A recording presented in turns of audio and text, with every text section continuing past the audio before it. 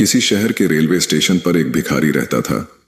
वह वहां आने जाने वाली रेलगाड़ियों में बैठे यात्रियों से भीख मांगकर अपना पेट भरता था। एक दिन जब वह भीख मांग रहा था तो सूट बूट पहने एक लंबा सा व्यक्ति उसे दिखा। उसने सोचा कि यह व्यक्ति बहुत अमीर लगता है, इससे भीख मांगने पर यह मुझे जरूर अच्छे पैसे देगा। वह उस लंबे व्यक्ति से भीख मांगने लगा। भिखारी को देखकर उस लंबे व्यक्ति ने कहा, तुम हमेशा मांगते ही हो, क्या कभी किसी को कुछ देते भी हो? भिखारी बोला, साहब मैं तो भिखारी हूं, हमेशा लोगों से मांगता ही रहता हूं, मेरी इतनी औकात कहां कि किसी को कुछ दे सकूं। लंबा व्यक्ति बोला, जब किसी को कुछ दे नहीं सकते तो तुम्हें मांगने का भी कोई हक नहीं है। मैं एक व्यापारी हूं और लेन देन में ही विश्वास करता हूं। अगर तुम्हारे पास मुझे कुछ देने को हो तभी मैं तुम्हें बदले में कुछ दे सकता हूं। तभी वह स्टेशन आ गया जहां पर उस लंबे व्यक्ति को उतरना था। वह ट्रेन से उतरा और चला गया। इधर भिखारी उसकी कही गई बात के बारे में सोचने लगा। उस लंबे व्यक्ति के द्वारा कही गई बात उस भिखारी के दिल में उतर गई। वह सोचने लगा कि शायद मुझे भीख में अधिक पैसा इसीलिए नहीं मिलता क्योंकि मैं उसके बदले में किसी को कुछ दे नहीं पाता हूं। लेकिन मैं तो भिखारी हूं, किसी को कुछ देने लायक भी नहीं हूं। लेकिन कब तक मैं लोगों को बिना कुछ दिए केवल मांगता ही रहूंगा। बहुत सोचने के बाद उस भिखारी ने निर्णय किया कि जो भी व्यक्ति उसे भीख देगा तो उसके बदले में वह भी उस व्यक्ति को कुछ जरूर देगा। लेकिन अब उसके दिमाग में यह प्रश्न चल रहा था कि वह खुद भिखारी है तो भीख के बदले में वह दूसरों को क्या दे सकता है। इस बात को सोचते हुए 2 दिन हो गए, लेकिन उसे अपने प्रश्न का कोई उत्तर नहीं मिला था। तीसरे दिन जब वह स्टेशन के पास बैठा हुआ था तभी उसकी नजर कुछ फूलों पर पड़ी जो स्टेशन के आसपास के पौधों पर खिल रहे थे। उसने सोचा, क्यों ना मैं लोगों को भीख के बदले कुछ फूल दे दिया करूं। उसको अपना यह विचार अच्छा लगा और उसने वहां से कुछ फूल तोड़ लिए। अब वह ट्रेन में भीख मांगने पहुंचा। अब जब भी कोई उसे भीख देता तो उसके बदले में वह भीख देने वाले को कुछ फूल दे देता। उन फूलों को लोग खुश होकर अपने पास रख लेते थे। अब भिखारी रोज फूल तोड़ता और भीख के बदले में उन फूलों को लोगों में बांट देता था। कुछ ही दिनों में उसने महसूस किया कि अब उसे बहुत अधिक लोग भीख देने लगे हैं। वह स्टेशन के पास के सभी फूलों को तोड़ लाता था। जब तक उसके पास फूल रहते थे तब तक उसे बहुत से लोग भीख देते थे। लेकिन जब फूल बांटते बांटते खत्म हो जाते तो उसे भीख भी नहीं मिलती थी। अब रोज ऐसा ही चलता रहा। एक दिन जब वह भीख मांग रहा था तो उसने देखा कि वही लंबा व्यक्ति ट्रेन में बैठा है जिसकी वजह से उसे भीख के बदले फूल देने की प्रेरणा मिली थी। वह तुरंत उस व्यक्ति के पास पहुंच गया और भीख मांगते हुए बोला, आज मेरे पास आपको देने के लिए कुछ फूल हैं। आप मुझे भीख दीजिए तो बदले में मैं आपको कुछ फूल दूंगा। उस लंबे व्यक्ति ने उसे भीख के रूप में कुछ पैसे दे दिए और भिखारी ने कुछ फूल उसे दे दिए। उस लंबे व्यक्ति को यह बात बहुत पसंद आई। वह बोला, वाह क्या बात है, आज तुम भी मेरी तरह एक व्यापारी बन गए हो। इतना कहकर फूल लेकर वह लंबा व्यक्ति अपने स्टेशन पर उतर गया। लेकिन उस लंबे व्यक्ति द्वारा कही गई बात एक बार फिर से उस भिखारी के दिल में उतर गई। वह बार बार उस लंबे व्यक्ति के द्वारा कही गई लाइन के बारे में सोचने लगा और बहुत खुश होने लगा। उसकी आंखें अब चमकने लगीं। उसे लगने लगा कि अब उसके हाथ सफलता की वह चाबी लग गई है जिसके द्वारा वह अपने जीवन को बदल सकता है।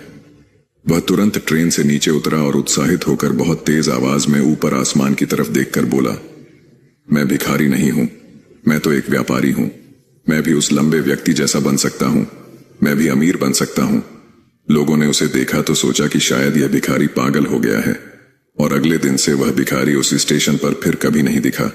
लेकिन 6 महीने बाद इसी स्टेशन पर 2 व्यक्ति सूट बूट पहने हुए यात्रा कर रहे थे। दोनों ने एक दूसरे को देखा तो उनमें से एक ने दूसरे से हाथ मिलाया और कहा, क्या आपने मुझे पहचाना? दूसरा व्यक्ति बोला, नहीं, क्योंकि मेरे हिसाब से हम लोग पहली बार मिल रहे हैं। पहला व्यक्ति बोला, नहीं, आप याद कीजिए, हम पहली बार नहीं बल्कि तीसरी बार मिल रहे हैं। दूसरा व्यक्ति बोला, मुझे याद नहीं, वैसे हम पहले 2 बार कब मिले थे? अब पहला व्यक्ति मुस्कुराया और बोला, हम पहले भी 2 बार इसी ट्रेन में मिले थे। मैं वही भिखारी हूं जिसको आपने पहली मुलाकात में बताया कि मुझे जीवन में क्या करना चाहिए और दूसरी मुलाकात में बताया कि मैं वास्तव में कौन हूं।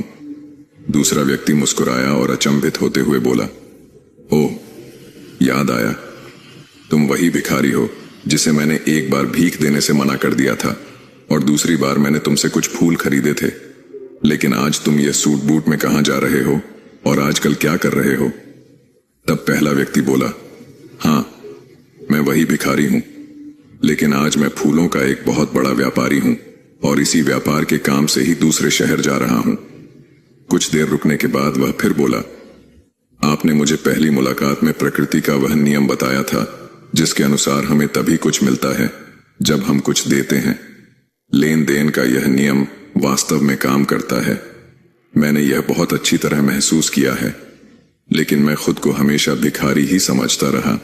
इससे ऊपर उठकर मैंने कभी सोचा ही नहीं। और जब आपसे मेरी दूसरी मुलाकात हुई तब आपने मुझे बताया कि मैं एक व्यापारी बन चुका हूं। अब मैं समझ चुका था कि मैं वास्तव में एक भिखारी नहीं बल्कि व्यापारी बन चुका हूं। मैंने समझ लिया था कि लोग मुझे इतनी भीख क्यों दे रहे हैं, क्योंकि वह मुझे भीख नहीं दे रहे थे बल्कि उन फूलों का मूल्य चुका रहे थे। सभी लोग मेरे फूल खरीद रहे थे क्योंकि इससे सस्ते फूल उन्हें कहां मिलते। मैं लोगों की नजरों में एक छोटा व्यापारी था, लेकिन मैं अपनी नजरों में एक भिखारी ही था। आपके बताने पर मुझे समझ आ गया कि मैं एक छोटा व्यापारी हूं। मैंने ट्रेन में फूल बांटने से जो पैसे इकट्ठे किए थे उनसे बहुत से फूल खरीदे और फूलों का व्यापारी बन गया। यहाँ के लोगों को फूल बहुत पसंद है और उनकी इसी पसंद ने मुझे आज फूलों का एक बहुत बड़ा व्यापारी बना दिया। दोनों व्यापारी अब खुश थे और स्टेशन आने पर साथ उतरे और अपने अपने व्यापार की बात करते हुए आगे बढ़ गए। दोस्तों, इस कहानी से हमें बहुत कुछ सीखने को मिलता है। कहानी में लंबा व्यापारी गिव एंड टेक के रूल को बहुत अच्छी तरह जानता था। दुनिया के सभी बड़े व्यापारी इसी लाइफ रूल का यूज करके बड़े व्यापारी बन पाए हैं। इस फॉर्मूले को उसने भिखारी को भी बताया। भिखारी ने इस नेचुरल रूल को अपना लिया और इसका असर उसके जीवन में साफ दिखाई भी देने लगा। वह जान चुका था कि उसे क्या करना चाहिए, लेकिन अपनी छोटी सोच के कारण वह खुद को भिखारी मानता रहा। वह स्वयं को ही नहीं पहचान पाया। वह अपने आत्मसम्मान को नहीं जगा पाया, जिसकी वजह से वह अपनी थिंकिंग भी नहीं बदल पाया। यह कहानी हमें बताती है कि हम यदि अपनी सोच बदल लें तो उससे कुछ भी हासिल किया जा सकता है। यदि हम खुद को छोटा समझते रहेंगे तो हम हमेशा छोटे ही बने रहेंगे। बड़ा बनने के लिए हमें अपने विचारों को बदलना होगा। हमें खुद के बारे में बड़ा सोचना होगा, तभी हम बड़े बन पाएंगे। कहानी में भी भिखारी खुद को भिखारी ही समझता रहा और भिखारी ही बना रहा, लेकिन जब उसे पता चला कि वह तो एक व्यापारी है तो उसने अपना विचार बदला। अपने बारे में विचार बदलने से उसका जीवन भी बदल गया। उस लंबे व्यक्ति ने तो केवल उसका आत्मसम्मान जगा दिया था और वह इसी कारण आज भिखारी से एक बहुत बड़ा व्यापारी बन पाया था। उस लंबे व्यक्ति की बातों से उस भिखारी के जीवन में बहुत बड़ा बदलाव आया। वास्तव में उस भिखारी का सेल्फ रिस्पेक्ट जाग गया था, और सेल्फ रिस्पेक्ट और कुछ नहीं बल्कि हमारी खुद के बारे में सोच होती है। आप भी प्रकृति के इस नियम को सीखिए, अपना आत्मसम्मान को जागृत कीजिए, अपनी सोच को बदलिए और उसे बहुत बड़ा बनाइए।